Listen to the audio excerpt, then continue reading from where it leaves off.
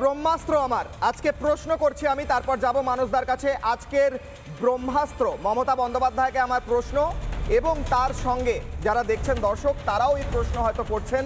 হিন্দুত্বের অপমানের ফল 26-এ কি পাবে ঘাসফুল? কি ফল পেতে পারে সেটা নিয়ে প্রশ্নে আসবো। প্রথমে মানুষদার কাছে যাব, তারপর আমি আবার সজলদার কাছে আসবো। মানুষদা, আমার খুব সিম্পল একটা প্রশ্ন। শ্রী চৈতন্য চরিতামৃতের মধ্যলীলার 22.83 সেখানে বলা হচ্ছে কৃষ্ণ ভক্তি জন্মমূল হয় সাধু সঙ্গ। কৃষ্ণ ভক্তি অর্থাৎ ঈশ্বরের ভক্তির জন্মমূলটাই সাধু সঙ্গ থেকে পাওয়া যায়। কৃষ্ণ প্রেম জন্মে দেহ পূর্ণ মুখ্য অঙ্গ, এটাই মুখ্য অঙ্গ। সাধু সঙ্গ না হলে ঈশ্বর প্রেম জন্মায় না। আর ঈশ্বর প্রেম মানব জীবনের লক্ষ্য। সাধু সঙ্গ করতে গেলে আগে দেখতে হবে যে সেই সাধুকে মমতা বন্দ্যোপাধ্যায় পছন্দ করেন কিনা, নাহলে আমার পদ চলে যাবে, নাহলে আমার সোশ্যাল মিডিয়া থেকে পোস্ট ডিলিট করতে হবে। গাইড চাই। বলুন মানুষদা। হ্যাঁ, রাস্তা দিয়ে তো যাওয়া যায় না। আমরা দেখো কিশোরয়, এই পুরো বিষয়টার সঙ্গে আমি অদ্ভুতভাবে জড়িয়ে গেছি। কারণ 16ই ফেব্রুয়ারি যেখানে অনুষ্ঠানের আয়োজন করা হয়েছিল তার মূল বিষয় ছিল বর্তমান জীবনে গীতার প্রয়োজনীয়তা, এবং সেখানে দুজন বক্তা ছিলেন, একজন কার্তিক মহারাজ, একজন আমি। অর্থাৎ আমি এবং কার্তিক মহারাজ তখন মঞ্চে ছিলাম। তারপরে যখন অনুষ্ঠান শেষ হলো কয়েক হাজার মানুষজন হয়েছিল, প্রচুর ভিড় হয়েছিল। তো তারা প্রত্যেকে একে একে উঠে প্রণাম করলেন, মহারাজকে নেমে গেলেন। সেদিন তো আমি জানতাম না যে পরবর্তীকালে ঘটনাটা একটা বিতর্কের বিষয় হয়ে দাঁড়াবে, এবং সেই পরিপ্রেক্ষিতে তাপারিয়া স্যার বা আমাদের তাপারিয়া দা, উনি ভীষণ সজ্জন মানুষ, উনি দুটো বিশ্ববিদ্যালয় সামলান। তো তারপরেও তার সঙ্গে আমার কথা হয়েছে যে ব্যাপারটা হলো কি। কারণ আমরা ওখানে বক্তৃতা করার পরে যখন নেমে গেলাম মঞ্চ থেকে, তখন প্রত্যেকেই এসেছেন, কার্তিক মহারাজকে প্রণাম করেছেন, নেমে গেছেন। এখন এই প্রণাম করার অপরাধে যদি দিক থেকে সরাতে হয়, তাহলে সেদিনের যদি তুমি ভিডিও ফুটেজ দেখো, অনেকের কাছেই আছে, তাহলে তো বোলপুরের অর্ধেকের ওপর তৃণমূল নেতাকে তাদের পদ থেকে সরিয়ে দিতে হয়। কারণ বহু কেন এই কারণটা বলুন মানুষদা, কেন সরালো তাহলে বলুন।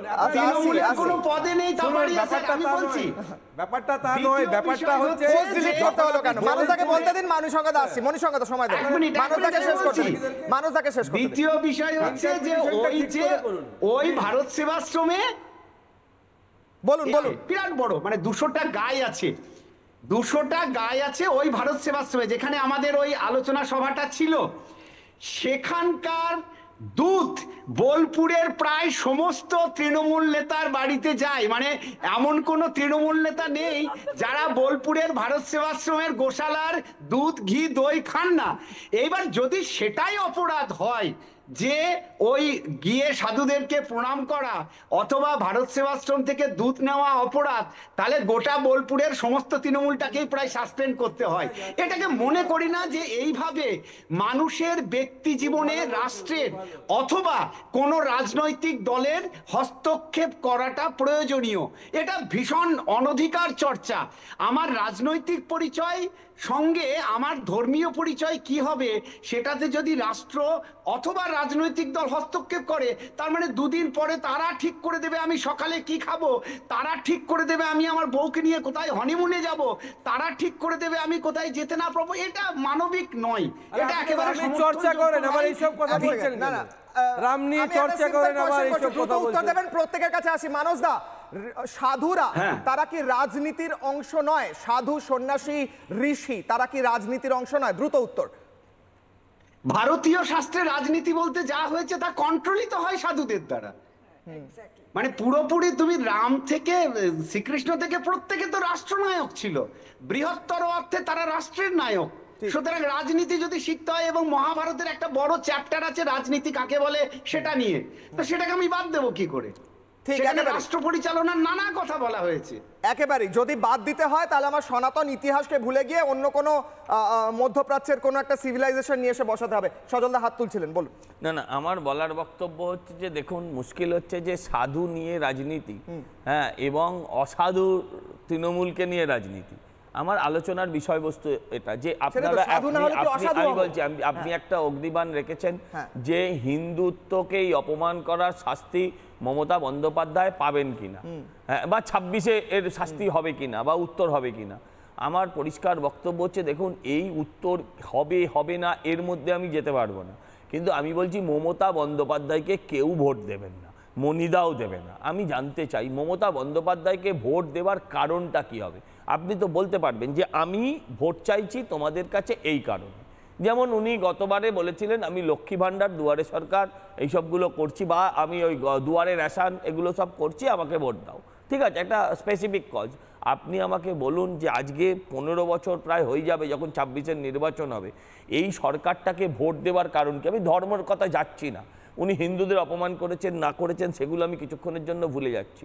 আমি প্রশ্ন করছি যে কেন ভোট দেবে, কোন সফলতার জন্য ভোট দেবে? মানুষ তো ভোট দেয় তার একজন কারেক্ট মুখ্যমন্ত্রী, কারেক্ট প্রধানমন্ত্রী, যা তার উন্নয়নে লাগবে। আমি বলছি যে দেখুন, ইনি মুসলমানদেরও কিছু করেননি, ইনি মুসলমানদেরকে ভোটার করে রেখেছেন। মুসলমানদের মানুষ করার ক্ষেত্রে যদি ওনার ভূমিকা থাকতো তাহলে 600 মাদ্রাসা চালু না করে উনি ওখানে আরও কতগুলো স্কুল করে দিতেন।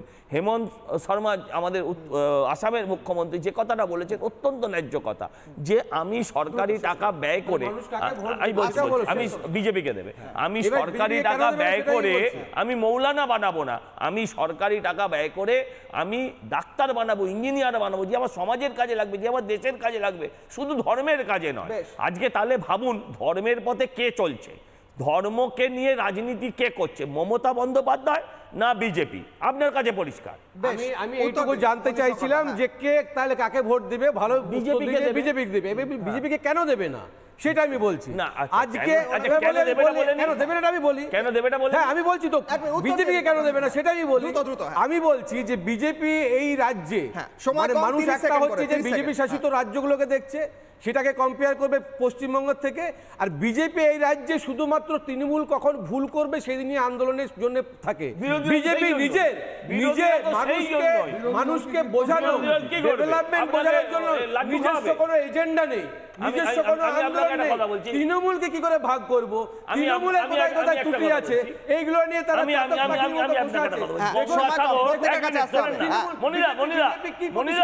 বিজেপিকে কেন ভোট দেবে?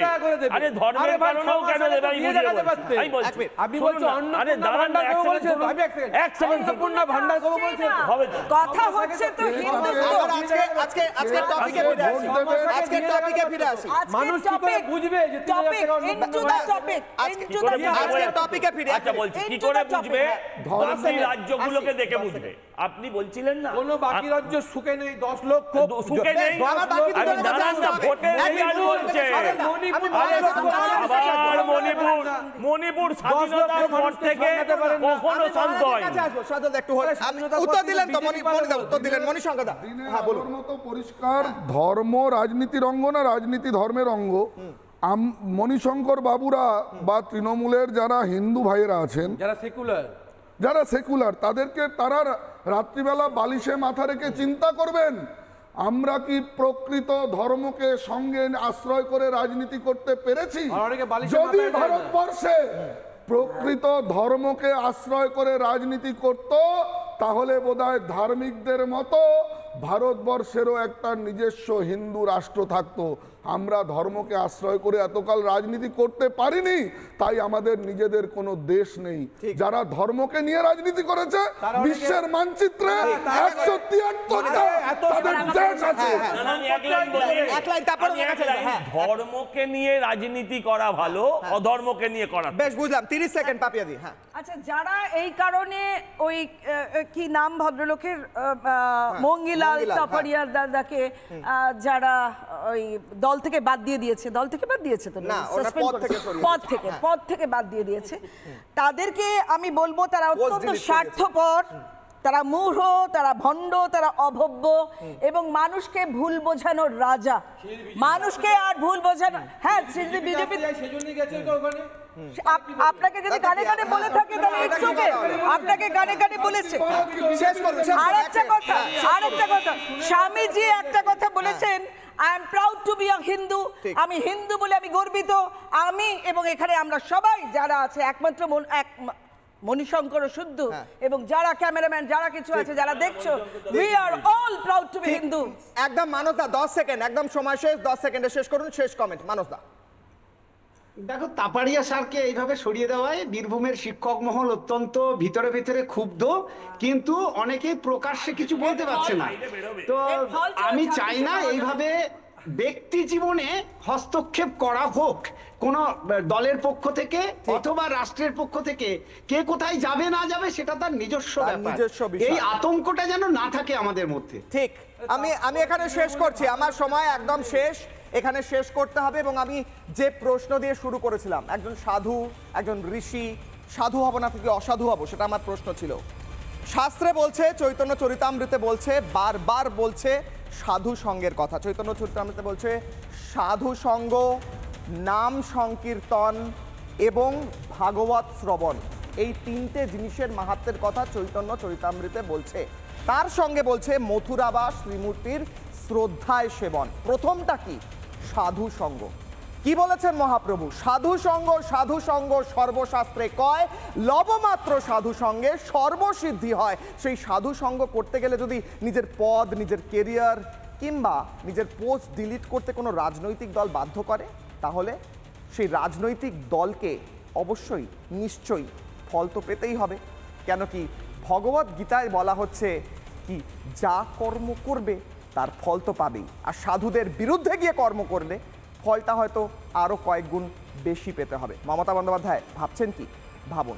কিশলয় অগ্নিবাণ আজ এই পর্যন্তই। দেখতে থাকুন রিপাবলিক বাংলা। নানা ধরনের কন্টেন্ট দেখার জন্য লাইক করুন, শেয়ার করুন আমাদের ফেসবুক পেজ, সাবস্ক্রাইব করুন আমাদের ইউটিউব চ্যানেল।